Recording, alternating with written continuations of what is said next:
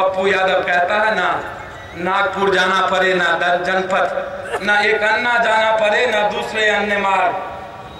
पप्पू यादव कह रहा है यह अन्ना मार्ग यदि जाना पड़े तो आम आदमी के बीच में पूछना पड़े, और आम आदमी ही नागपुर हो, आम आदमी ही जनपद हो, आम आदमी ही एक अन्य मार्ग हो। दुनिया का कोई कानून और किसी की जरूरत हो तो सिर्फ अररिया के गांव में आम आदमी से पूछने का सवाल होना चाहिए। बिहार का अन्य मार्ग जाने की जरूरत ना हो, 10 जनपद जाने की जरूरत ना हो, नागपुर जाने की जरूरत ना हो।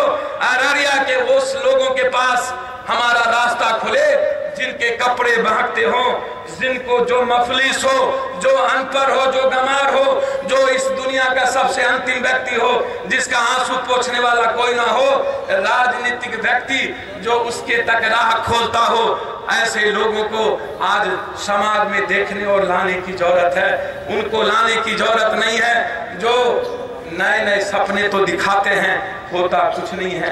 आया तो नया सपना, अररिया में कौन सी बाढ़ आ गई हमें आप बताएंगे ना। आजादी के 67 साल के बाद आप अपनी हालत बताइए। अररिया में किसी गांव में चले जाइए, कद्दू के खाना जब कद्दू बनता है तो उसमें हल्दी और मिर्ची नहीं होती है, नमक पर कद्दू बनाकर इस अररिया के 80% लोग खाना खा लेते, 70% लोग खाना खा लेते। कभी आपने देखा है, कभी इस दर्द को किसी ने महसूस की है? भ्रष्टाचार ऊपर से नीचे, कौन लाया भ्रष्टाचार? इस देश के महाराजाओं ने। कौन लाया दुनिया की सारी बुराई? इस देश के बड़े लोग और जमींदारों ने। दिल्ली और मेट्रो सिटी में पढ़ने वाले लोग कौन हैं? पप्पू यादव का बेटा जो दिल्ली पढ़ने गया, बुराई की गंगोत्री गांव में लेकर के पहुंचा। कौन दुनिया का इतिहास लिखा? किसने? भाषण सुन रहे हैं। मंच पर बैठे सारे नेताओं से भी मैं कहना चाहूंगा, मंच पर आप इस आने वाले समय के आप राही हैं, आपको बदलना होगा। गाड़ी तो वही है। पप्पू अलीम जी, एक बात मैं कहना चाहूंगा और मैं वो कहने के लिए इसलिए बात हूं। मोहम्मद साहब के पास एक गरीब आदमी का बच्चा गया लेकर के कि गुड़ बहुत खाता है। मोहम्मद साहब बोले 10 दिन के बाद आना। लौट के गए 10 दिन के बाद आना तो कहा कि गुड़ छोड़ दो, तुम्हारा समाज में जरूरत है। उसने कहा आप पागल हैं क्या, पहले क्यों नहीं बता दिए? 20 किलोमीटर हमें बुला रहे हैं। कल के देखो भाई, मैं उस दिन खुद गुड़ खा रहा था इसलिए मैं नहीं कहा, आज छोड़ दिया हूं तब मैं कह रहा हूं। हमारा आचरण हमेशा करने के बाद होना चाहिए। हम करें तो बोलें। हर लोग बदलना चाहता है पप्पू जी। एक नई व्यवस्था समाज में देने की जरूरत है और देना पड़ेगा मंच पर बैठे लोगों को। आपका आचरण और हम लोग का आचरण, हम लोग का चरित्र, हमारे कथनी और करनी में फर्क को मिटाना होगा। हमें जीना होगा आम आदमी के लिए, हमें लड़ना होगा आम आदमी के लिए, हमें बोलना होगा आम आदमी के लिए, हमें खोना होगा आम आदमी के भीतर, हमें मरना होगा आम आदमी के लिए, हमें राजनीति की चोले उठा करके फेंक देनी होगी। सभी लोगों को एमएलए एमपी आप तो बनाते ही रहते हैं, आप तो मालिक हैं। जब मन में आया आप किसी को भी बना दें, आप तो दानी और दाता हैं। आपकी ये स्थिति आज है क्यों? आप फिर रोते क्यों हैं? बनाते तो आप ही हैं, कभी जात पर, कभी धर्म पर, कभी मजहब पर। भ्रष्टाचार कोई आज से पप्पू जी शुरू नहीं है। जब से शोषण बढ़ा है तब से बेईमानी इस दुनिया में शुरुआत हुई है। यह बात सही है कि बौद्धिक ज्ञान के बाद लोभ और स्वार्थ का ज्यादा बढ़े हैं, लेकिन बेईमानी तब से शुरुआत हुई है जब से शोषण बढ़ा है। चाहे वो खाने का शोषण और खाने का शोषण आज नहीं, राजा महाराजा मध्यकालीन युग से लेकर के पहले से आज तक चली आ रही है। यह बात सही है कि बेईमानी, लेना देना आज बढ़ा है, लेकिन बेईमानी कौन को कोई कहता है कि बेईमानी, हमने कहा क्या क्या हिंदुस्तान की बेईमानी क्या आम लोग करते हैं? क्या किसानों ने बेईमानी शुरुआत की? क्या गरीबों ने बेईमानी शुरुआत की? कौन शुरुआत किया? क्या मजदूरों ने किया? दिल्ली में बैठा जो बड़े लोगों के लोग हैं, जो A+B whole square -2B square पढ़ा, जो IAS बने, तथा कथित IAS जो पढ़े लिखे लोग थे, किसने शुरुआत की? गांव में कौन? आज गंगोत्री की तरह हर गांव में हर लोग खैरात में जीना चाहते हैं, हर लोग दूसरों का लूट कर जीना चाहते हैं। रात के 2 बजे सपना देखता है आम आदमी की, कल हम किसका 1 डिसमिल जमीन CO को 2000 रुपया लेकर के लिखवा लें, पर्चा कटवा लें। कौन ऐसा गांव है जिस गांव में किसी को पड़ोसी से बनाओ, जिस गांव में किसी को दियात से बनाओ, जिस गांव में किसी कोई इंसान इज्जत करता है किसी इंसान की? कहां से बेईमानी बंद कर दीजिएगा? आप बताएं। बेईमानी ऊपर से समाप्त होगी। हमने तो कई बार कहा इन बातों को। इस देश में देने वाले लोगों का इतिहास होता है। मोहम्मद साहब मक्का से मदीना गए, दुनिया के लिए लड़ना चाहे, उसका इतिहास बना। हजरत हुसैन का इतिहास बना, भगवान कृष्ण का इतिहास बना, शिव का इतिहास बना, नानक का इतिहास बना, बुद्ध का इतिहास बना, कबीर का इतिहास बना।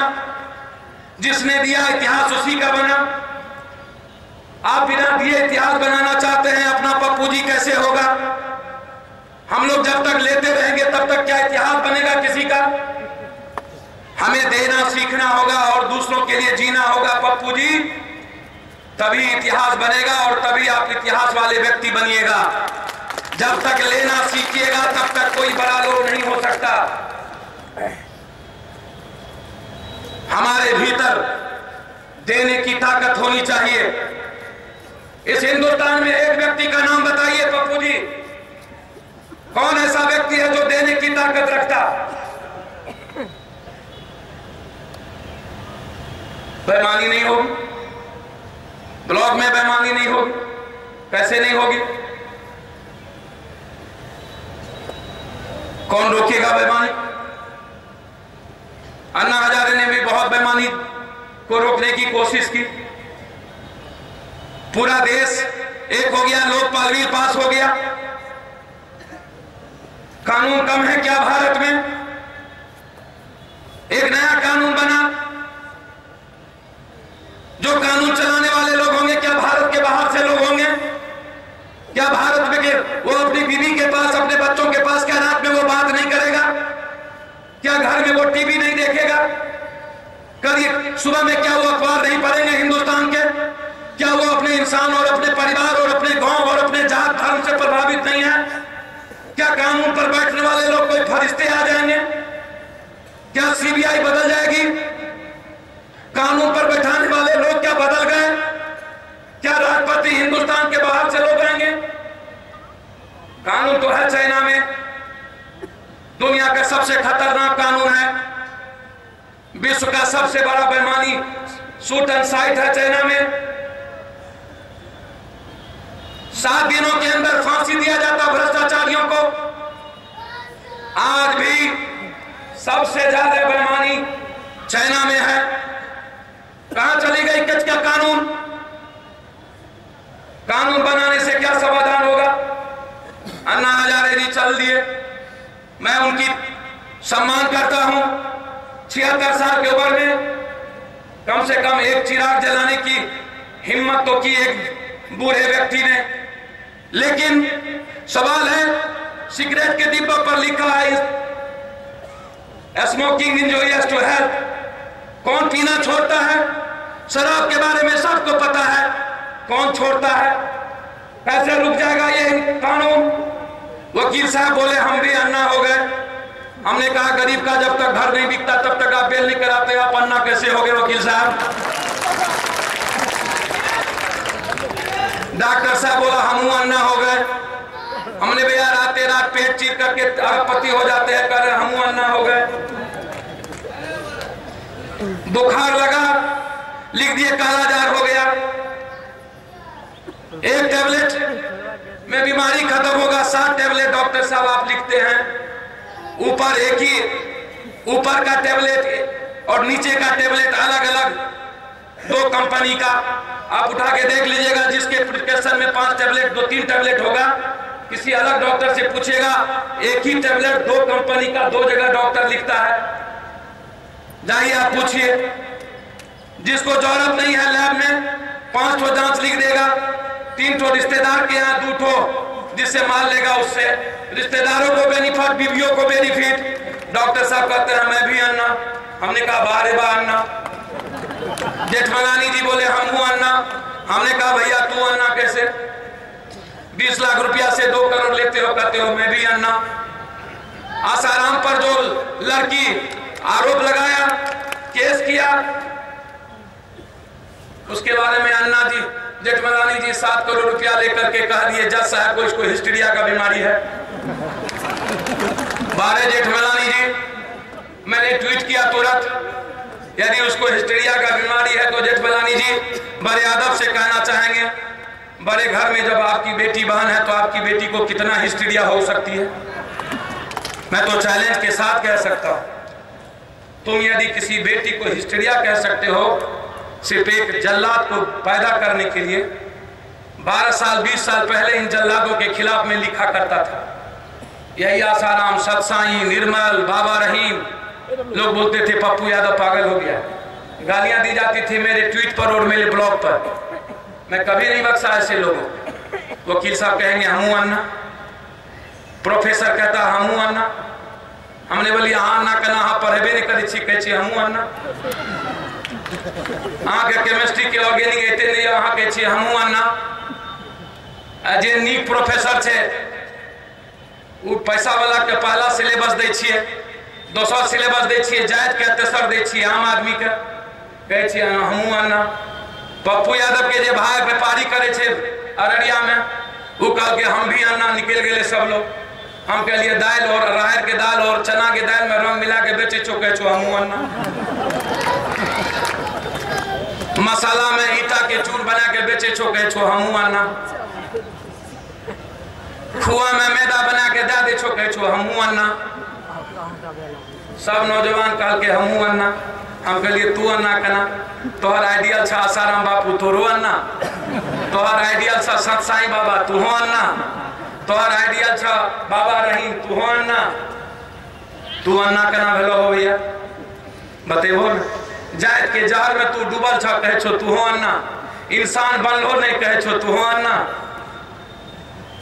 पहले तू जादव छो, पहले तू राजपूत छो, पहले तू मंडल छो, पहले तू खेलवाड़ छो, पहले तू धानुक छो, पहले तू राम छो, पहले तू पासवान छो, पहले तू मुसलमान छो, पहले तू हिंदू छो, कहे छो हमू अन्ना। हमरा समझ में नहीं ले, हमें हिंदू कहते सब लिए मुसलमान सिख ईसाई, ये तो समझ में छै कि संदर्भ के गर्त में एक विचार आया, कभी इस्लाम का जन्म हुआ, दूसरा विचार आया कभी नानक का जन्म हुआ, तीसरा विचार आया कभी जेसिस का जन्म हुआ। लेकिन सनातन में जो सब लोग इस धरती पर आए, साइंस ने भी वही कहा कि हम एक ही, हमारा डीएनए एक ही है, हमारा खून एक ही है। 10 लाख हजार वर्ष पहले इस धरती पर हम सब आए। ईश्वर ने, अल्लाह ने ईश्वर और अल्लाह ने सबने क्या कहा? बोला कि हम एक ही आदम परिवार के लोग हैं, हम अलग नहीं हैं। जब हम सब एक ही हैं तो हम हिंदू कैसे? और हिंदू कहां से आया? किसी इतिहास में, गीता में, कुरान में, बाइबल में है हम इंसान हैं, हम इंसान थे, हम सनातनी थे, हम आर्य हो सकते हैं, हमारी सभ्यता हो सकती है, हम शिव की सभ्यता के लोग हो सकते हैं, पहाड़ी की सभ्यता के लोग हो सकते हैं, हम इंसानियत की सभ्यता के लोग हो सकते हैं। लेकिन हमारा धर्म से क्या वचित था? और आज हम लोग हैं कहां? सब लोग कहा हमू अन्ना, हमें समझ में नहीं आया। हमको तो बताइएगा ना कोई। नीतीश कुमार जी, हादसा लगा हमको नीतीश कुमार जी के बारे में। नीतीश कुमार जी का हम आपको यहां दे देंगे, अभी अंतिम में दिखाएंगे। लाए हो जी, लैपटॉप लाए हैं, नीतीश कुमार जी सेकुलर बन जाते हैं। कभी कोई सेकुलर बन जाता है, विकास पुरुष बन जाते हैं। हम तो पूछा नीतीश कुमार जी से, नीतीश कुमार जी एक बात बताइए, आप रोड रोड और बिजली की बात करते रहते हैं। रोड तो दिल्ली में भी है, रोड तो कन्याकुमारी में भी है, रोड तो ग्रैंड टैंक रोड नौगछिया होके पहले भी निकला। ऐसा तो है नहीं है। पूरे देश में सबसे ज्यादा गरीब बिहार, सबसे ज्यादा जीडीपी नीतीश कुमार जी बिहार की, सबसे ज्यादा भारत सरकार के सर्वे में गरीब बिहार, दूसरा उड़ीसा। हमें समझ में नहीं आया, जीडीपी 9, गरीबी सबसे ज्यादा, खाना है नहीं। हमें समझ में नहीं आया हम हैं कैसे, हम बिहार में हैं, रहेंगे कैसे। विकास का मतलब क्या? विकास का मतलब होता है आम आदमी के घर में 40,000 रुपया, 20,000 से लेकर 40,000 रुपया आर्थिक आमदनी। विकास का मतलब है कि हर व्यक्ति एक अच्छे स्कूल में पढ़ सके, जिस स्कूल का मास्टर राष्ट्रपति के स्कूल बेटा को पढ़ाने वाले मास्टर की तरह हो। अररिया में वैसा ही, मैं नहीं कहूंगा कि राष्ट्रपति के बच्चे के साथ पढ़े अररिया के गरीब, लेकिन पप्पू यादव का यह दिल कहता है हमेशा, और पप्पू यादव करेगा भी। यदि राष्ट्रपति के बच्चे को जैसा शिक्षक पढ़ाएगा, उसी तरह का शिक्षक अररिया के अंतिम गरीब को भी पढ़ाना चाहिए, और यही कानून हो। मैंने हमेशा कहा, प्रधानमंत्री के बच्चे को जिस तरह का डॉक्टर इलाज करेगा, उसी तरह का डॉक्टर अररिया के सदर अस्पताल में भी होना चाहिए। मेरा ये सपना है। मैं नहीं कहूंगा कि प्रधानमंत्री जहां अपने बच्चों को पेरिस में और अमेरिका में इलाज कराए तो अररिया का गरीब भी वहां चला जाए, लेकिन अररिया के गरीब की जिंदगी को भी समझना होगा। नीतीश कुमार जी, आपने क्या किया बताएंगे ना?